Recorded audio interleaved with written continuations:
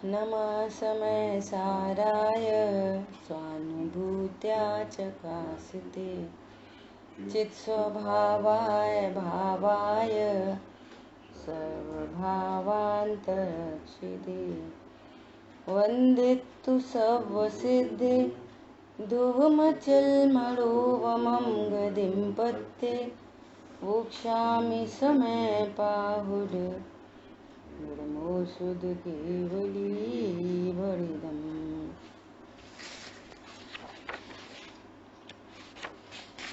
समय सारजी ग्रंथाधिराज और निर्जराधिकार पर अपनी चर्चा चल रही है। यहाँ निर्जरा का कारण आचार्य भगवान ये कहना चाहते हैं कि पर द्रव्य के अपराध से तुझे बंध नहीं होता। यदि तू स्वयं ही अपराध रूप परिणमित करता है तो तुझे बंध होता है। तुम्हारा अज्ञान, तुम्हारा मिथ्या, तुम्हारा राग द्वेष, ये स्वयं के ही कारण है। इस जीव को किसी ने अज्ञान नहीं कराया, किसी ने भ्रम नहीं कराया और किसी ने राग द्वेष नहीं कराया। जीव अपने क्रम नियत परिणामों से परिणमता हुआ जीव बना रहता है और अजीब भी अपने क्रम नियत परिणामों से परिणमता हुआ अजीब बना रहता है ना। एक द्रव्य दूसरे द्रव्य को परिणमाता नहीं है। और यदि ये जीव स्वयं अपनी अपराधी वृत्ति को छोड़े, स्वयं से अपनी अपराधी वृत्ति को छोड़े तो विश्व में इसे न तो कोई दुखी कर सकता और न कोई कर्म का बंधन करा सकता। और अपराधी वृत्ति क्या है कि ये परद्रव्य में अहंकार, ममकार, बुद्धि, ये नास्ति से और अस्ति से जो स्वयं है उसको नहीं जानना। ज्ञान स्वरूपी हूँ और अपने को देह रूप जानना, मानना, ये अपराध है। और ये अपराध छूटा तो इस अपराध के छूटने पर वो निर्वांशक हो जाता है, निशंक होता है। उसको परद्रव्यों के प्रति वांछा नहीं होती, मूढ़ता नहीं होती। ऐसी अब चर्चा आगे आने वाली है। तो कल अपने 152 गाथा में ये देखा, श्लोक में ये देखा कि कर्म तो बलात्कर्ता को अपने फल के साथ नहीं जोड़ता, है ना।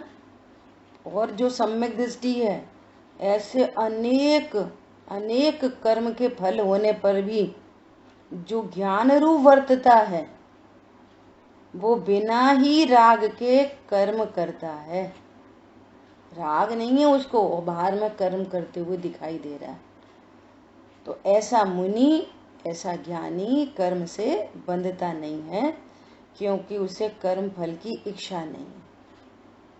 जो ज्ञान रूप परिणमन करता है वो निरपराधी है और निरपराधी निशंक होता है। ऐसा अभी कह रहे हैं कि अब इस अर्थ को दृष्टांत से दृढ़ करते हैं और दृढ़ करते हैं। देखो, दृष्टांत से दृढ़ करते हैं। क्या दृढ़ करते हैं? पुरुषो जह को विहम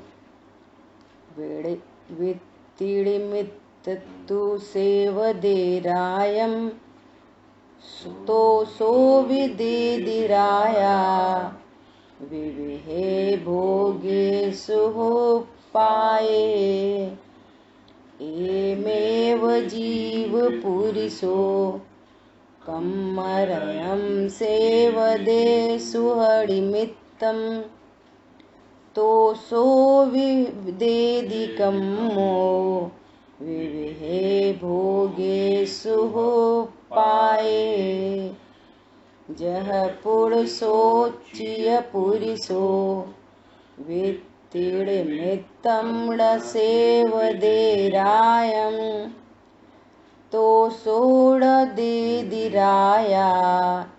विविहे भोगे सुहो पाए एमेव सम्मदिट्ठी विषयत्थं सेवदेडकं मरयं तो सोडदेदिकं मो विविहे भोगेषु पाये। चलो एक एक हरि गीत बोलो सब लोग, जिनके पास पुस्तक खुली है। मंजू बहन जी पढ़ो।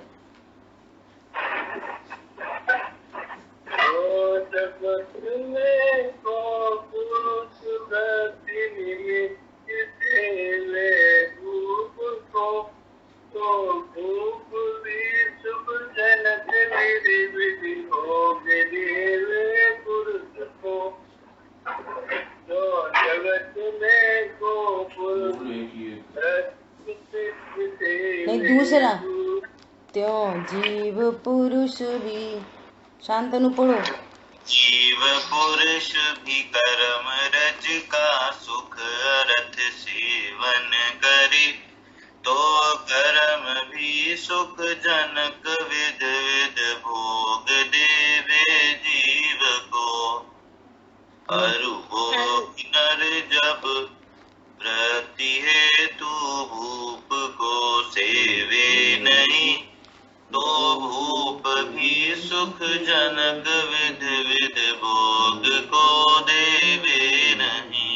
अभी कोई और भी पढ़ रहा है, देखो कौन। रूबी की आवाज आई क्या? पढ़ो, एक और बच्चा पढ़ो। त्यों विषय तू कर्म रज सेवन नहीं, तो कर्म भी सुख जनक विधि विधि भोग को देता नहीं। देखो बहुत ही गजब का दृष्टांत देते हुए आचार्य देव चर्चा को आगे बढ़ा रहे हैं, अर्थात हमको भेद विज्ञान करा रहे हैं। क्या कह रहे हैं? जैसे इस जगत में कोई भी पुरुष आजीविका के लिए राजा की सेवा करता है, तो वह राजा भी उसे सुख उत्पन्न करने वाले अनेक प्रकार के भोग देता है।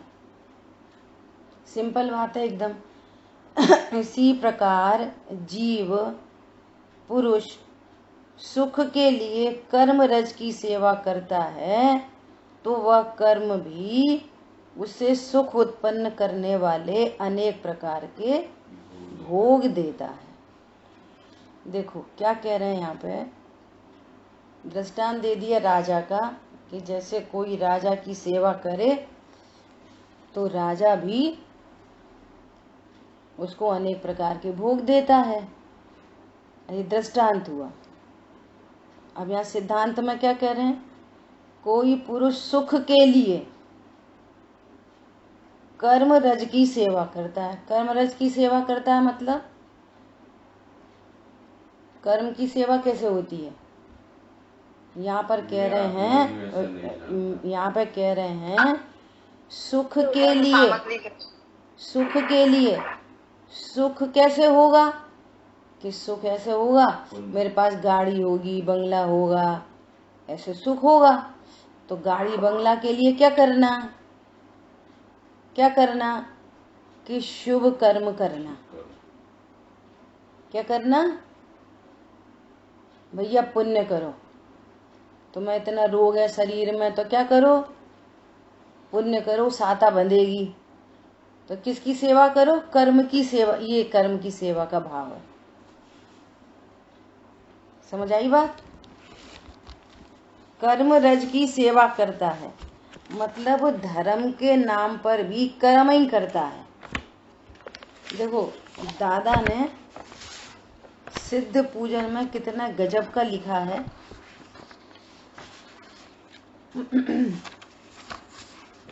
जिनेन्द्र अर्चना में 109 नंबर पेज पे, अगर किसी के पास हो तो वो निकाल सकता है। देखो क्या कह रहे हैं। शुभ कर्मों का फल विषय भोग, भोगों में मानस रमा रहा, नित नई लालसाएं जागी, तन्मय होश में रमा रहा। शुभ कर्मों का फल क्या है? विषय भोग। फिर विषयों में क्या हुआ? आप देखो 99.99 मनुष्य, अन्य की तो बात छोड़ो, वो क्या सोच है, क्या समझ रहे हैं? भैया अभी बहुत सुखी हैं। क्या सुखी हैं? बहुत विषय भोग।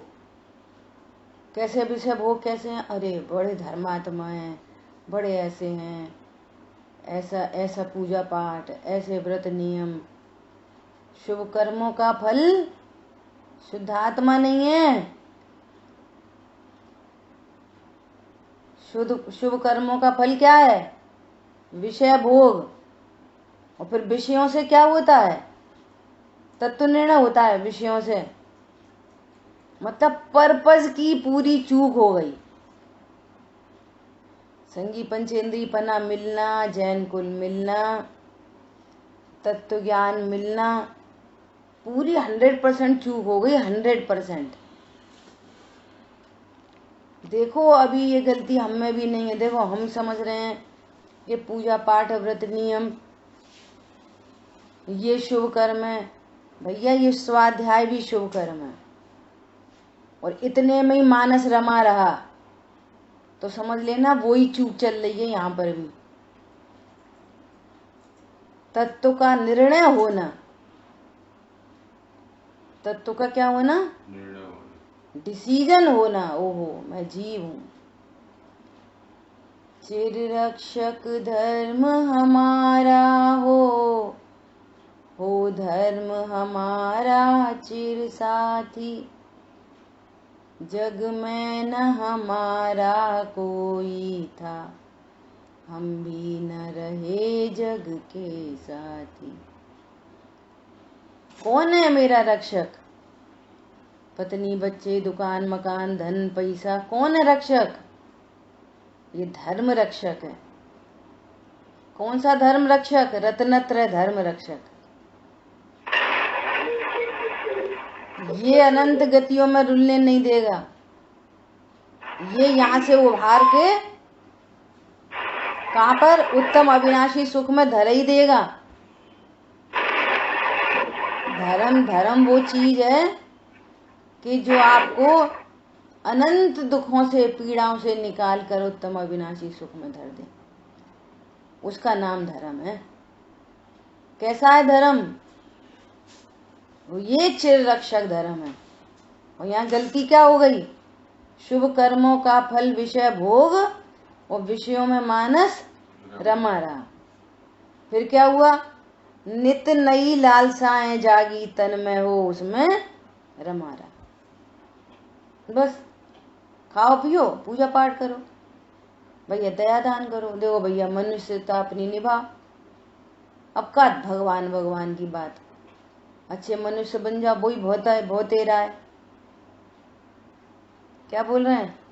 रागादि विभाव किए जितने, आकुलता उनका फल पाया। क्या बोल रहे हैं? जितने भी राग आदि विभाव होते हैं उनका फल आकुलता है। व्याकुल का फल अगेन व्याकुलता है, अगेन नवीन कर्म बंध का कारण है। अब तो ये उपाय करना है, अब मुझे कोई कर्म की सेवा नहीं करनी। क्या करना है? एकमात्र शुद्धात्म तत्व का निर्णय। चौथे गुण स्थान में भी बहुत आफत है।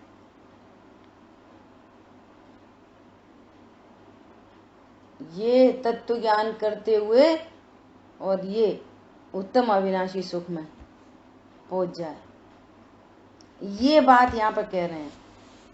इसकी पता है एक श्लोक देखो।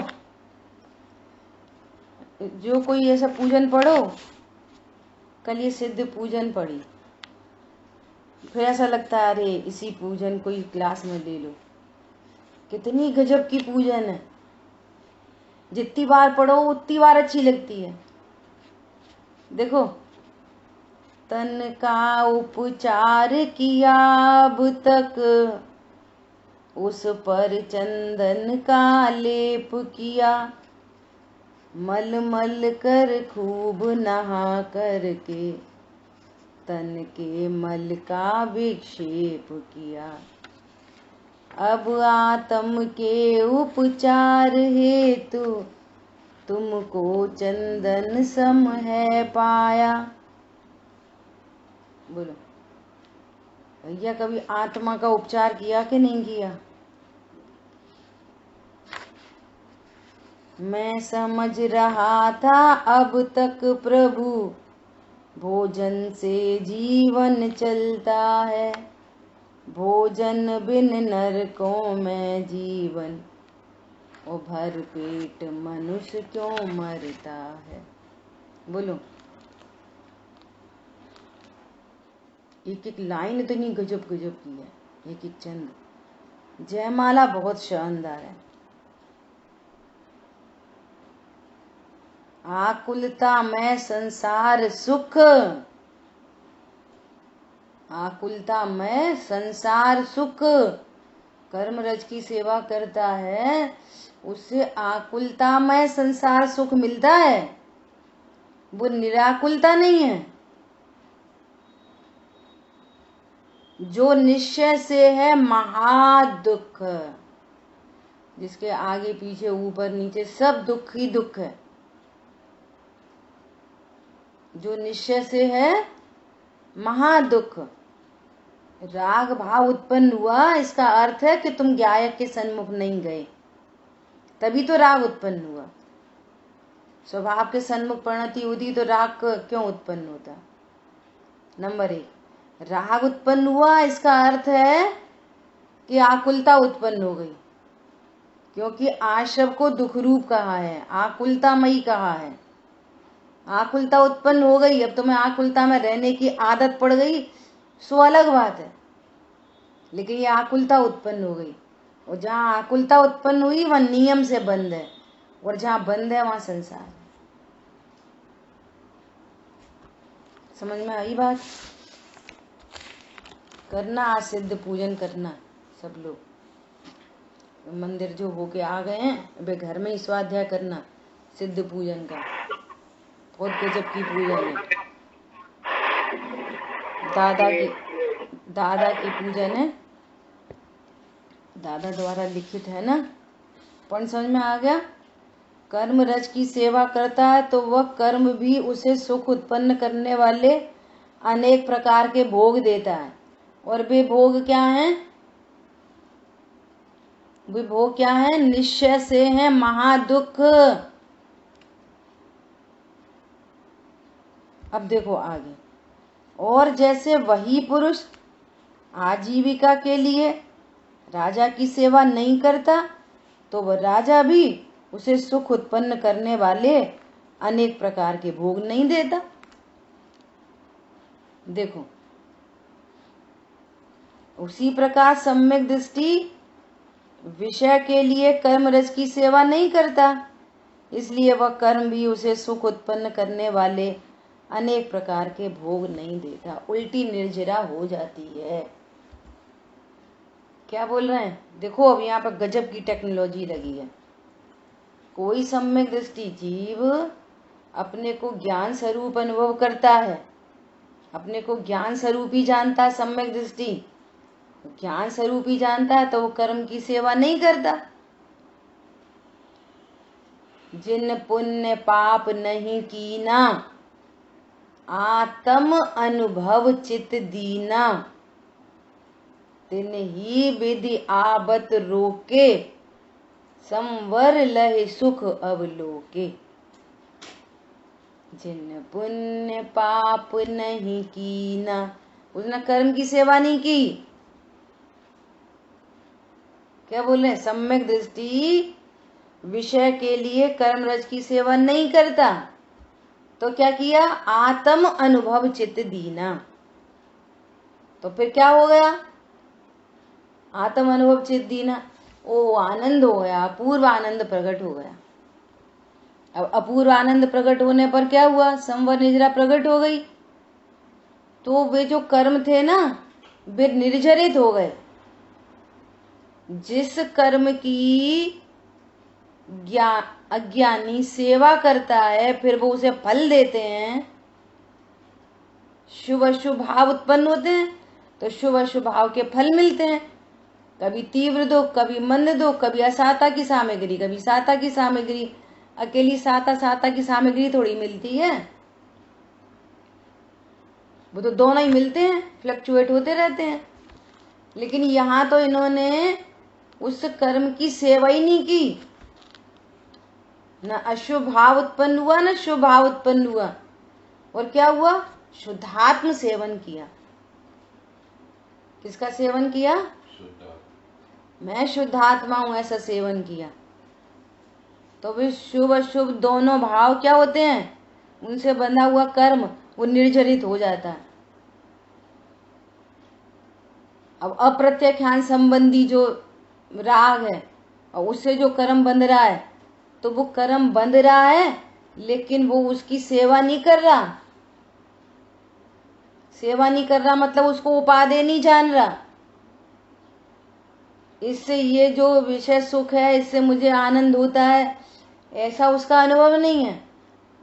उसने तो भगवान आत्मा का अनुभव करके और वो उसको जाना है कि ये सच्चा आनंद है। वो तो आकुलतामयी है, तो वो आकुलतामयी का क्यों भोग करेगा? क्यों उसकी वांछा करेगा? क्यों उसकी सेवा करेगा? वो तो अपने शुद्धात्मा की सेवा करता है। ये अब क्या कहना चाहिए, ये वैसी भाषा है कि सेवा करता है और ये करता है। अपने को शुद्धात्मा जानता है, शुद्धात्मा का सेवन करता है। मैं शुद्धात्मा हूं, ऐसा सेवन करता है। अब अप्रत्याख्यान आदि कर्म है तो वो कर्म शुभ अशुभ भाव उत्पन्न हो रहे हैं तो उसकी सेवा नहीं करता। अज्ञानी शुभ शुभ भावों को चाहता है, भैया शुभ में लगो, भैया शुभ में लगो, वो चाहता है। और ये इसको होते हैं पर ये चाहता नहीं है। कल भी चर्चा आई थी लास्ट में, उछलता हुआ होता है परंतु चाहता नहीं है, अभाव चाहता है। और अज्ञानी को आता नहीं है, इच्छा ही नहीं है तो बंद भी नहीं है। वो ही कह रहे हैं, इसलिए उसको बंद भी नहीं है। और अल्प बंद कहो अप्रत्याख्यान आदि तो वो समुद्र में बूंद जैसा है। उसकी ताकत नहीं है कि वो उसको अनंत संसार में रुला देगा। ये यहाँ पर मैटर चल रहा है। ठीक है, जैसे कोई पुरुष फल के लिए राजा की सेवा करता है तो वह राजा उसे फल देता है। उसी प्रकार जीव फल के लिए कर्म रज की सेवा करता है तो वह कर्म उसे फल देता है। शुभ अशुभ दोनों कर्म होते हैं, उनका फल आता है। देखो प्रकृति में कैसी व्यवस्था है। अभी तो अपन करणान युग सुन रहे हैं तो समझ में आ रही है बातें। साता वेदनी का कोई परिणाम है, शुभ भाव, सुनना ध्यान से। कोई शुभ परिणाम उत्पन्न हुआ तो शुभ परिणाम से साता वेदनी बनेगी।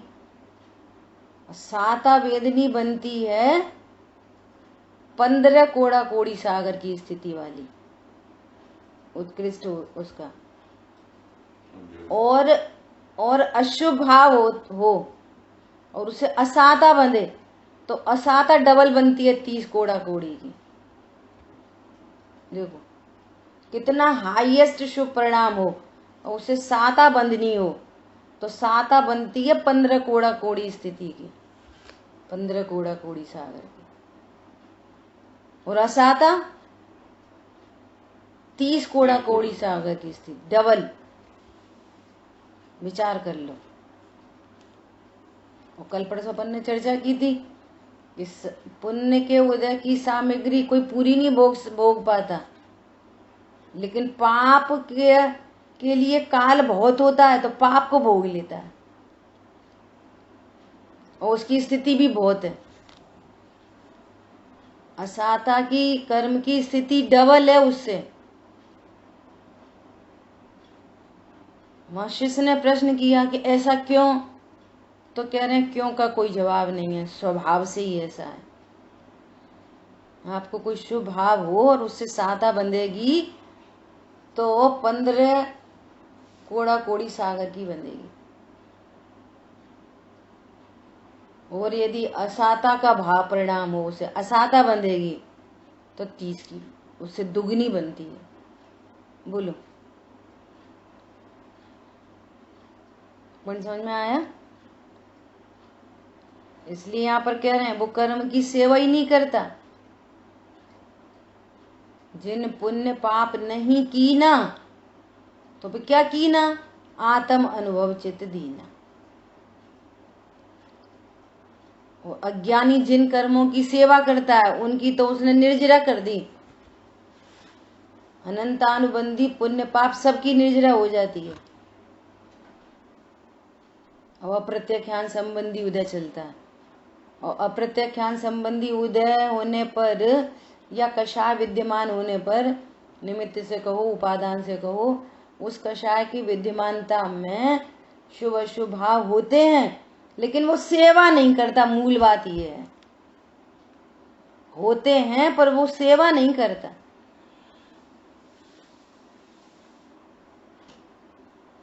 पॉइंट समझ में आ रहा है? कैसे सेवा नहीं करता? उनको भिन्न जानता है, आशा बंध तत्व जानता है, दुख रूप जानता है। दुख रूप, जिसको दुख रूप जानेगा तो उसकी सेवा क्यों करेगा? तो राग को भला जाने, राग को तो छोड़ो, जो पाप को ही भला जाने, अभी धन को ही भला जाने।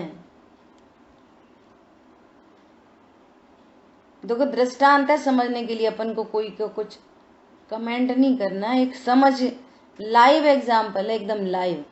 काय के लिए? अपने को समझने के लिए। और विचार करना अपनी वोटिंग कहाँ जाती है, हमारा ज्ञान किसको स्वीकार कर रहा है। देखो फिर से, क्रिया परिणाम कैसे हो, ये बहुत ज्यादा इम्पोर्टेंट नहीं है। बात ये है कि अभी भी इतनी स्वाध्याय होने पर भी अभी भी आपके डिसीजन में क्या बसता है, आपके निर्णय में ये बात बसने लगी कि नहीं बसने लगी कि धन दुकान मकान वो अजीब हैं और इनसे सुख दुख का कोई संबंध नहीं है। मैटर ये है आपका ज्ञान में निर्णय क्या बन रहा है, आप क्या विचार करते हो, आपके विचार आगम अनुकूल हैं कि नहीं। हम इतनी गंभीर गाथाएं टीका पढ़ रहे हैं तो हमारा ज्ञान उसके अनुकूल विचार करता है कि नहीं। इस बात की एक तो ऐसी ऊपर ही ऊपर स्वीकृति, हाँ सही बात है, इसलिए इसको कहते हैं अंतर की गहराइयों से स्वीकृति है कि नहीं।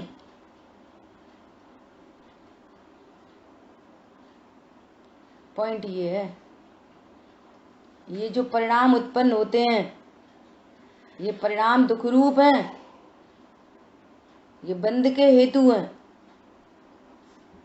और इस बाहर की चीजों के अभाव से और सद्भाव से कुछ नहीं हो रहा, ये परिणाम है। विकारी और अविकारी, इनसे जीव का संबंध है। और इस विकार के अभाव का उपाय एकमात्र स्वभाव की सन्मुखता है, और वो स्वभाव की सन्मुखता तत्व निर्णय से होती है, और तत्व निर्णय राइट तत्व विचार से होता है। आपकी थॉट प्रोसेस बदलनी चाहिए, सोच बदल जानी चाहिए। सोच तो वही की वही पड़ी है, और किसी की नहीं पड़ी तो बहुत अच्छी बात है, और किसकी पड़ी है तो भी सही करो, सोच सही करो। ऐसे एग्जाम्पल देना चाह रहे थे कि जैसे मान लिया कोई व्यक्ति है, वो बीमार पड़ा, वो सही हो गया। अब उसको ये कहा कि वो आपको है ना फलानी जगह 500 किलोमीटर दूर जाना है और उसका कोई पर्टिकुलर कोई उसकी फाइल वाइल क्लियर होनी है, कुछ भी, कुछ किसी के साइन होने हैं, कुछ 500 किलोमीटर, और 100 किलोमीटर पे 70 किलोमीटर पे इतने पास में ही कोई बहुत अच्छा शिविर लग रहा है, आध्यात्मिक शिविर लग रहा है, बोलो कोई ज्ञानी धर्मात्मा आए हैं, उनका सहयोग करना है, तो बोलो ज्ञान किधर दौड़ जाएगा। बात क्रिया की नहीं है, बात परिणाम, बात ये है आपकी सोच की। अभी भी वही लग रहा है, अरे वो तो जो अब क्या करें, माँ पे तो नहीं जा सकते, अब माँ पे तो नहीं जा सकते, तबीयत ही ठीक नहीं है, अभी अभी तो उठे हैं, बच्चे नहीं जाने दे रहे। बच्चे क्या बोलेंगे, अरे पापा तबीयत सही नहीं है, अभी कहीं नहीं जाना उधर उधर। और बेटा वहाँ पे कितने, मात्र 5,000 का, 10,000 का, 50,000 का, 5 लाख का इतू सा फायदा हो लग रहा हो, फायदा, तो रोग के काल में मत दौड़ जाएगा। बच्चे नहीं कहेंगे, कोई नहीं बोलेगा, बच्चे काय को बोलेंगे, वे थोड़ी तत्व ज्ञानी है, अरे वो तो जरूरी है, अब तो क्या करें, तो जरूरी है, तो ये है थॉट प्रोसेस।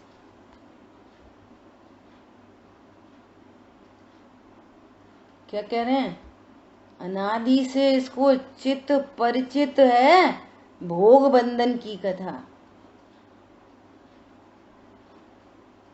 शुद्धात्मा की कथा न इसने कभी सुनी, और जो ज्ञानी सुनाए उनकी सेवा नहीं करी, उनका संयोग नहीं किया, वहां से तो दूरी, पूरी दूरी।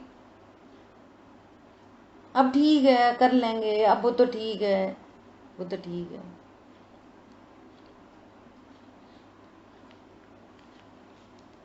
पॉइंट पकड़ में आ रहा है, ये है सेवा। स्वाध्याय हो रही है, पूजा पाठ हो रहे हैं, व्रत नियम हो रहे हैं, लेकिन चित्त में वही बसा है विटामिन एम। यह है कर्म की सेवा। क्या बोला, चित्त में कौन बसा है,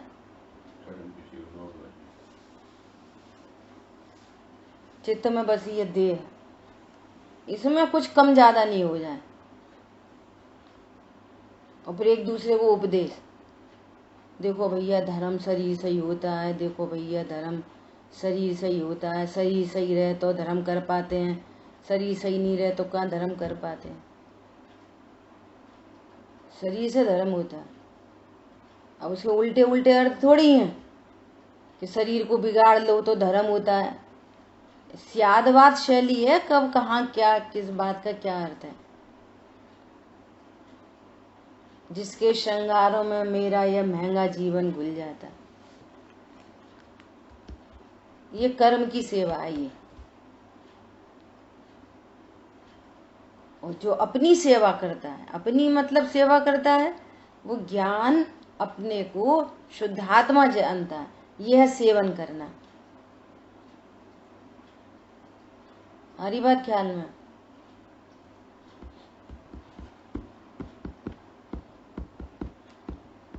जैसे वही पुरुष फल के लिए राजा की सेवा नहीं करता, तो कर्म भी उसको फल नहीं दे पाते,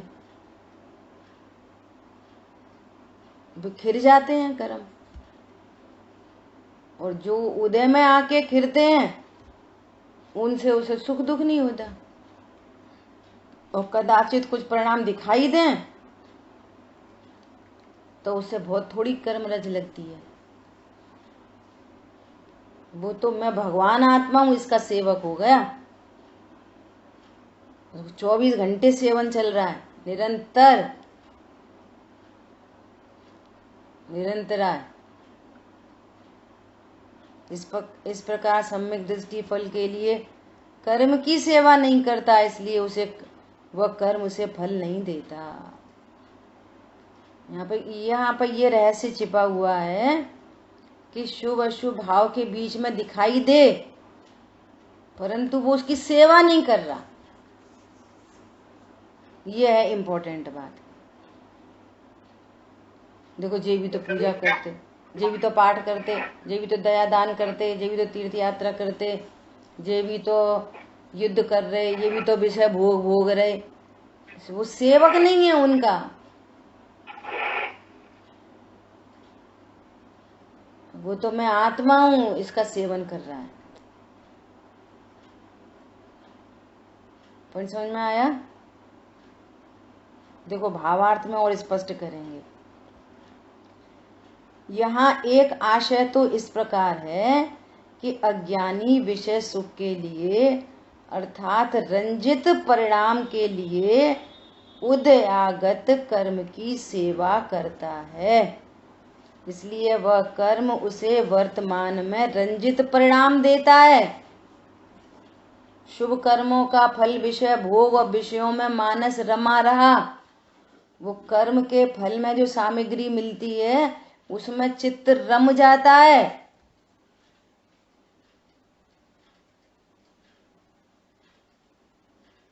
पॉइंट समझ में आया? ये अज्ञानी की कहानी है।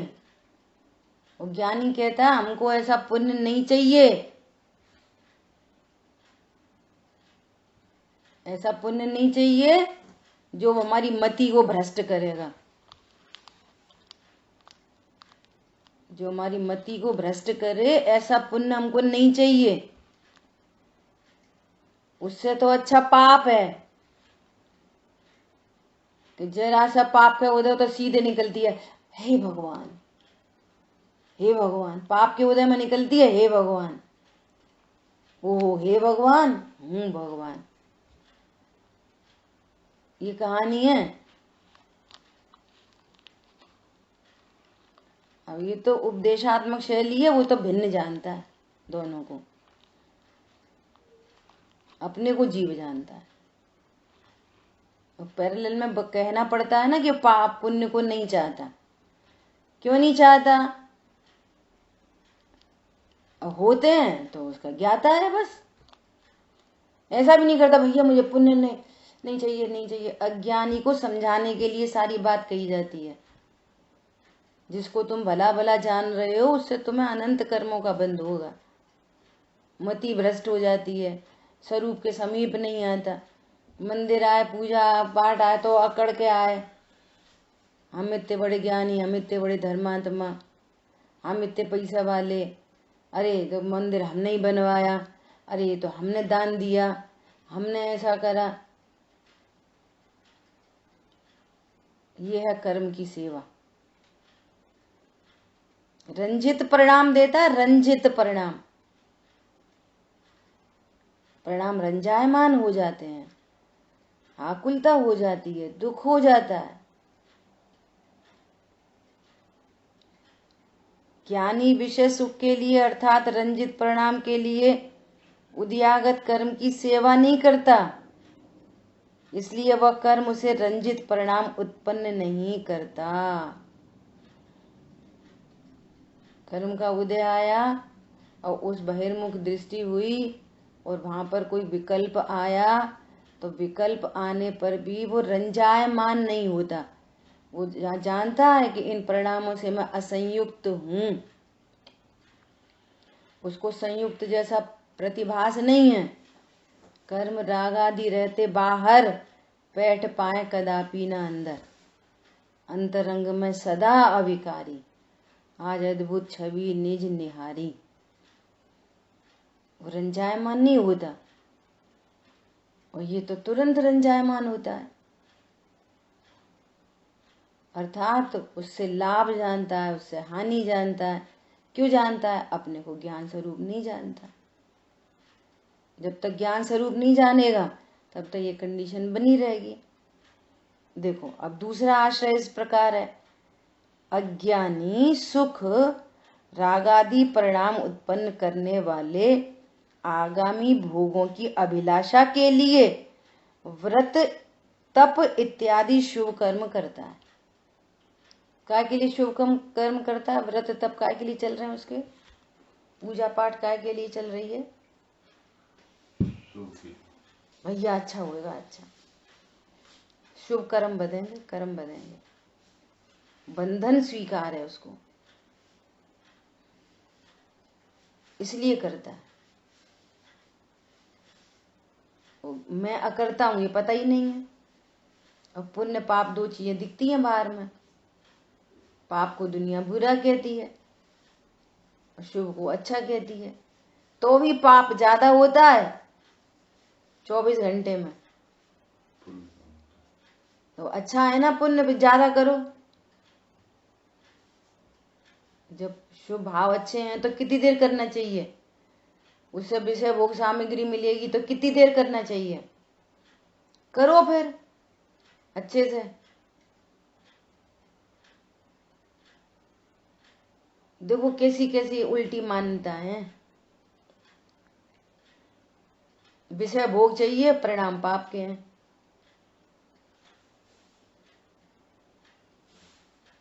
और शुभ भाव हुए तो वांछा सहित है। भोग की वांछा सहित शुभ भाव है तो वो शुभ भी क्या है, उल्टा पाप ही बन जाता है।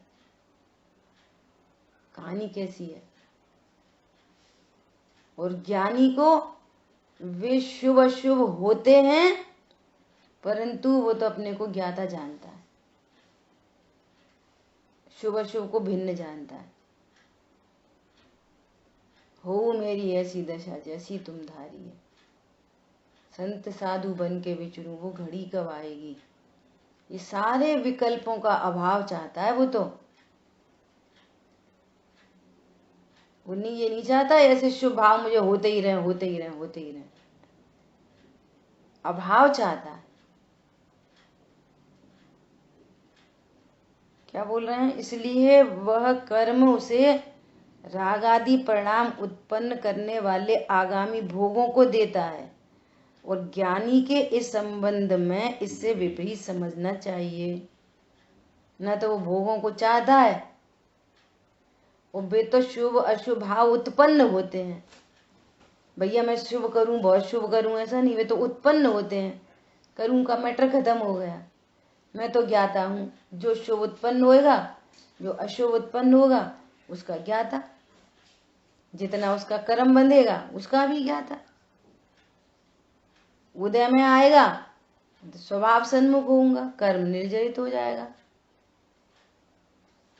जिन पुण्य पाप नहीं कीना, आत्म अनुभव चिद्दीना। बस ये कहानी है। इस प्रकार अज्ञानी फल की वांछा से कर्म करता है, इसलिए वह फल को पाता है। वांछा से करता है ना तो फल को पाता है। अपने को ज्ञाता जानता नहीं है। तो जो शुभ अशुभ भाव हुए थे उसका जो फल आया था, तो उसमें साता का उदय हो तो उसमें प्रसन्न होता है, असाता का उदय आए तो फिर दुखी होता है, फिर नए कर्म बांधता है। ज्ञानी की कहानी कैसी है? कोई असाता का उदय आ जाए और शरीर में कोड़ा हो जाए और खुद के पास औषधि रिद्धि, ये थूक लगाए तो कोड़ सही हो जाए, उन्हें कोई लेना ही देना नहीं। देह से भिन्न अपने को ज्ञायक अनुभव करते हैं, और तैयारी किसकी कर रहे हैं? शरीर सही करने की नहीं, जो संजुलन मात्र शेष है इसका अभाव होके अनंत काल के लिए फ्री हो जाए, तैयारी इसकी है। बोलो।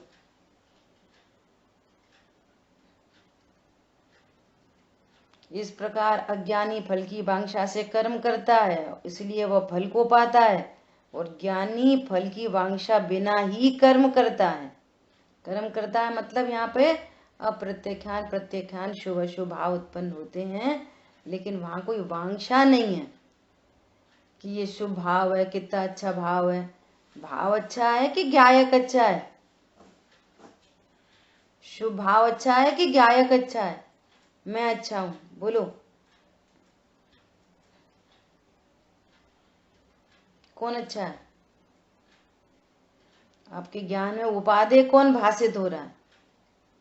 क्या है? ध्यायेत्। हाँ। अच्छा। क्या है अच्छा है, मैं अच्छा हूँ। तो जब मैं अच्छा हूँ तो उसको क्या कर्म के फल की क्या वांछा है? कुछ नहीं। कर्म करता हुआ दिखता है, इसलिए वो फल को प्राप्त नहीं करता। ऐसी बात यहाँ पर आई है। ठीक है, देखो अनुशीलन से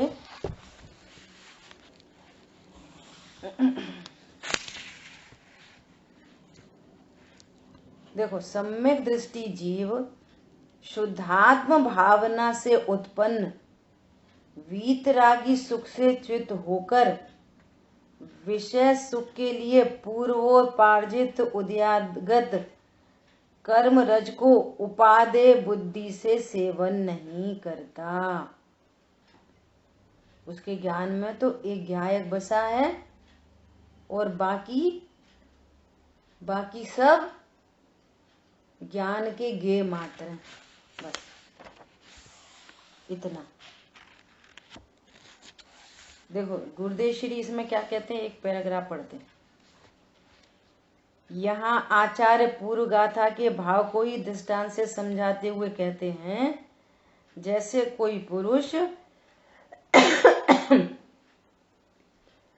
यदि लौकिक फल की इच्छा से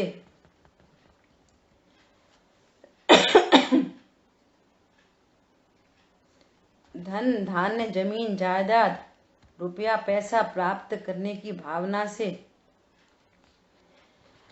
कोई और पढ़े। पेज बोलो, पेज है 278।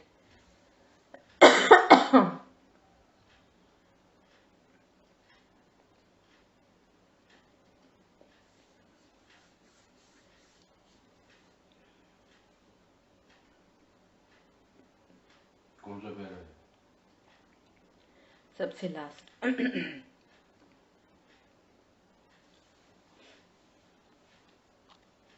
पढ़ो शांतनु। मैं पढ़ूं भाभी जी? हाँ पढ़ो।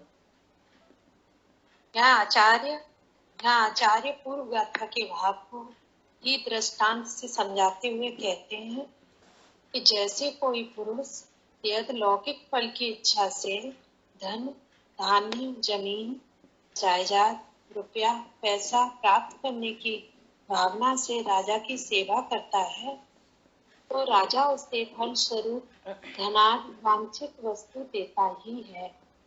उसी प्रकार जो कोई पुरुष फल की वांछा से कर्म क्रिया करता है, तो वह क्रिया भी उसे फल देती।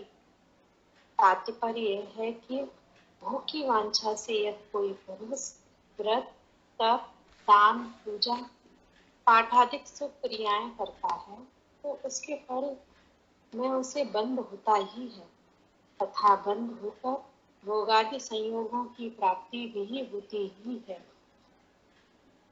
हाँ पढ़ो आगे पढ़ो।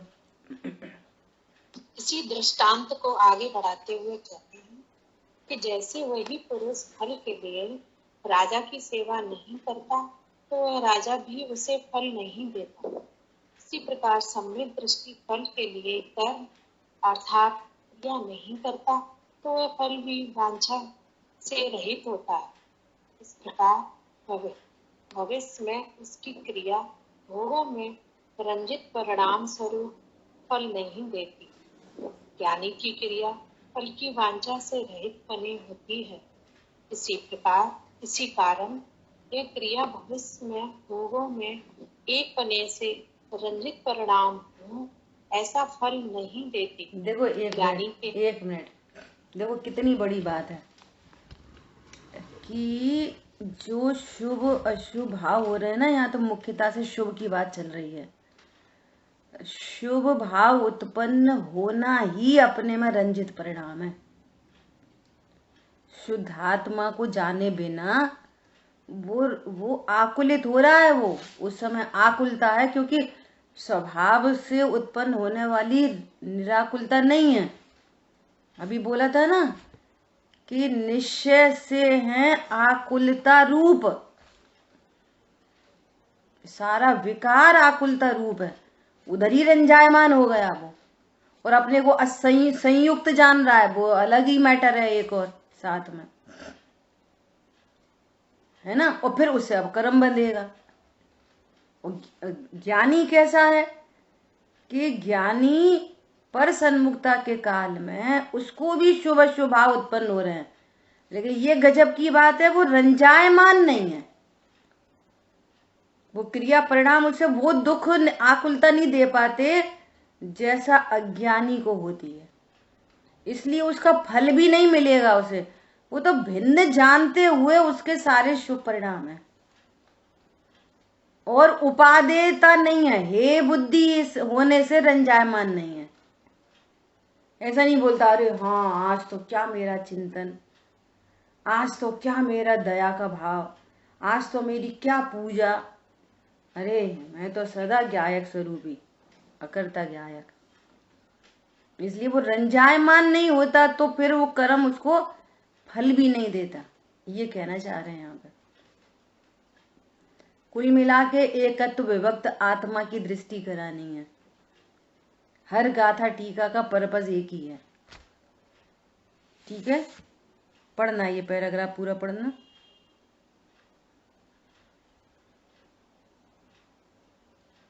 पढ़ो, कोई और पढ़ो या रोमी पढ़ रही? हाँ, ऐसा फल नहीं देती। आगे पढ़ो। हाँ हाँ हाँ, ज्ञानी की क्रिया फल की वांछा से रहित बने होती, इसी कारण वह क्रिया भविष्य में भोगों में एक बने से रंजित परिणाम ऐसा फल नहीं देती। ज्ञानी के ऐसे कभी नहीं होता कि उसे राग में उत्साह आवे। ये इम्पोर्टेंट है, ये इम्पोर्टेंट है, उसको राग में उत्साह नहीं है ऐसा। देखो अगली पैरा में और बहुत अच्छी बात कह रहे हैं, चलो मैं पढ़ती हूँ। जिसे आत्मा के आनंद का रंग लगा है, उसका कारण क्या है? कारण क्या है? जिसने बादाम का हलवा खा लिया, गुरुदेव श्री ऐसा बोलते, जिसने बादाम का हलवा खाया हो उसे वो लापसी अच्छी लगेगी? बोलो। जो अमृत चखते हो उन्हें तुम्हारी दाल बाटी अच्छी लगेगी? उत्साह नहीं रहता। जिसे आत्मा का रंग लगा है उसे वर्तमान राग रूप क्रिया का रंग उड़ गया, इससे उसके फल में भी रंजित परिणाम नहीं होता।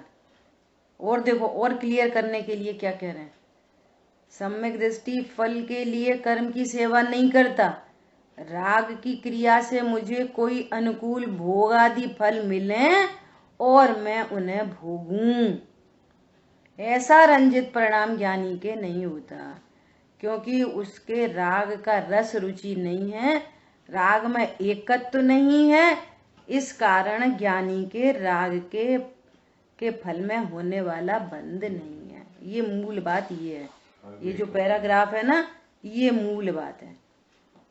क्यों नहीं सेवा करता कि मुझे ये भाव हो, फिर मुझे पुण्य बंधे, फिर पुण्य से भोग सामग्री मिलेगी, फिर मुझे बहुत मजा आएगा। ऐसी विपरीतता नहीं होने से और शुभ शुभ भावों में दिखाई दे, लेकिन ऐसी विपरीतता नहीं है कि इस शुभ भाव का फल मुझे चाहिए। वो तो ये चाहता है कि भैया ये सारे शुभों का अभाव होके मुझे पूर्ण वीतरागता प्रकट हो। इसलिए कह रहे हैं भगवान आत्मा सच्चिदानंद प्रभु है, ऐसे भगवान आत्मा का जिसको रंग लगा है उसे चक्रवर्ती पद व इंद्र पद में भी रस नहीं आता। ये देख लो अपन, और इसको नजदीकी से देखो तो कर्तृत्व का इतना जहर चढ़ा रहता है कि घर घर में ये जो झंझटें हैं ना, वो काय के लिए, हमने उनके लिए ऐसा करा था, हमने उनके लिए पहले ऐसा करा था, हमने ऐसा करा था, वो हमारे साथ अब ऐसा करते हैं। क्या करा था? कुछ नहीं करा था। क्या करा था बोलो? हमने पहले भूतकाल में किसके लिए क्या करा था? देखो, जब कहीं बाहर से अपोजिट मिले तो फिर कैसा लगता है? हमने ऐसा करा था, तो भी जो हमारे साथ ऐसा व्यवहार करते हैं, हमने ऐसा करा था, क्या करा था? और फिर यहाँ बोलेंगे हम तो गायक हैं। भैया, हमने कभी कुछ नहीं किया। यहाँ तो ज्ञान स्वरूपी वस्तु विद्यमान है, सिर्फ ज्ञान। न शरीर से तो कुछ कर ही नहीं सकते, परिणाम होते हुए थे। वो मैं तो अकर्ता गायक था, भूतकाल में भी अकर्ता ही गायक था। पॉइंट समझ में आया? अद्भुत बात है। ठीक है, बोलो, किसी का कोई प्रश्न तो नहीं है? दीदी, एक प्रश्न पूछना था। हाँ। कल वो भाई जी का प्रवचन सुना था, तो उसमें उन्होंने बोला था कि ज्ञानी उदय को नहीं, बंध को भोगता है। इसका थोड़ा सा आप क्लियर करना। अज्ञानी जैसे कर्म के को नहीं भोगता, वो बंध को भोगता है। उदय को नहीं भोगता, बंध को भोगता।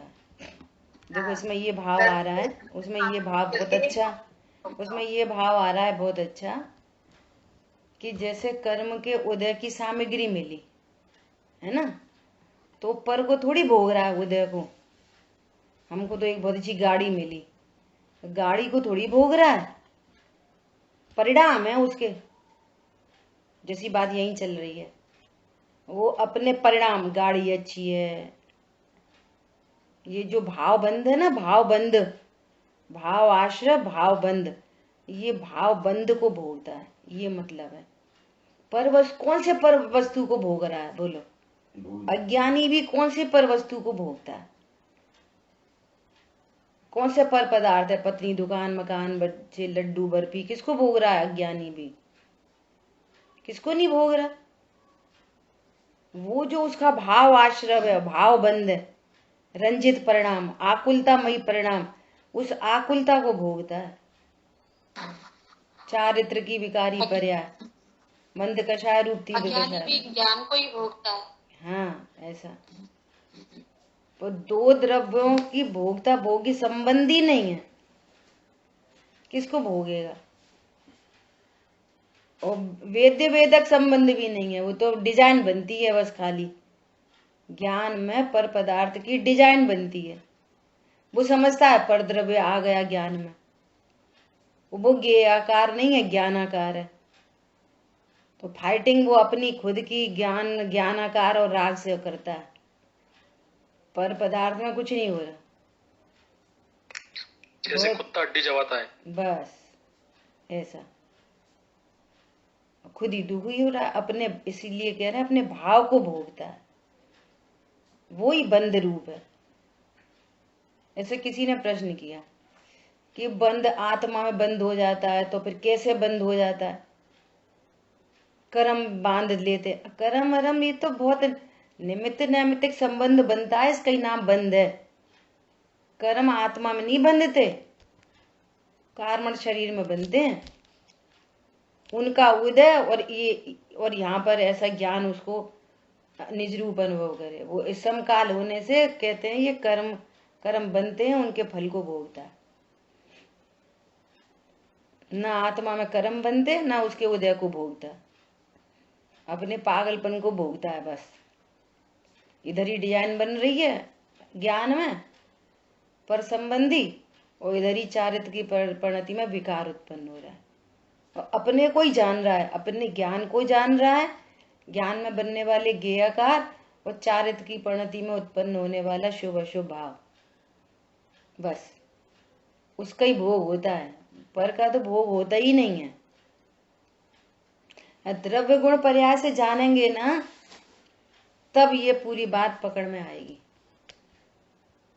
यहाँ द्रव्य गुण पर्याय में ही वस्तु, देह भी मैं नहीं, बस 24 घंटे देह झलक रही है ना। अपन से दृष्टांत लिया कि एक ऐसा स्पंज का टुकड़ा लो, शरीर आकार बना दो, ऐसा 2 हाथ ऐसा, थोड़ा पेट, 2 पैर ऐसा स्पंज, और उसको पानी में डिप कर दो, पूरा चारों तरफ से एब्जॉर्ब कर लिया। ऐसा दूध पानी की तरह मिला हुआ स्पंज मान लिया शरीर, और वो पानी में समझ लो आत्मा। वो आत्मा है, वो ज्ञान स्वरूपी, पूरा हूबहू शरीर झलक रहा है ज्ञान दर्पण में। अब बस मैं ही आत्मा हूं, पूरा अंदर बाहर ऊपर नीचे 3D, एकदम 3 डायमेंशनल। जो क्षुधा की बात चली थी ना, अब हो रहा है स्टमक में ऐसे ऐसे, उस शरीर की क्रिया, वो समझ रहा है मेरा पेट खाली है। ऐसे ही तो हुआ उंगली में कुछ, और ऐसे दर्पण में ज्ञान झलक रहा है, ओवरलैपिंग एकदम, मेरी उंगली में निकल आया। तो उंगली और आत्मा में क्या कर रही है? कुछ नहीं, बस वो झलक रहा है, उसी में मैं पना एकत्व। तो ये चीज है बहुत खतरनाक। अब ये ऐसी कंडीशन बनते हुए भी बस ज्ञान उसे भेद विज्ञान कर ले, बस मैं ज्ञान हूं, ये पानी पानी में हूं, स्पंज में नहीं। ओवरलैपिंग हो रही है बस सर्वांग में ज्ञान, सर्वांग में ये देह का संयोग, ऐसी स्थिति है। अब शरीर में कुछ होने को, आत्मा शरीर का क्या कर रहा? कुछ नहीं। देह का परिणाम ही अलग है, जड़ चेतन की सब परिणति अपने अपने में हो रही है। ये स्पर्श रस गंध वर्ण रूप परिणमन कर रहा है, और वो अपने ज्ञान स्वरूप परिणमन कर रहा है, ज्ञान श्रद्धा चारित्र। पानी शीतलता रूप परिणमन कर रहा है, स्पंज का टुकड़ा अपना परिणमन कर रहा है। अगर थोड़ा सा टूट गया, बिखर गया, ऐसा है कार्यक्रम। ठीक है। जिन वाणी के ज्ञान से सूझे लोकालोक, सो वाणी मस्तक नमो सदा दे तुम। बोलिए द्वाशांगमयी जिनवाणी माता की जय हो। जय जिनेंद्र सभी को।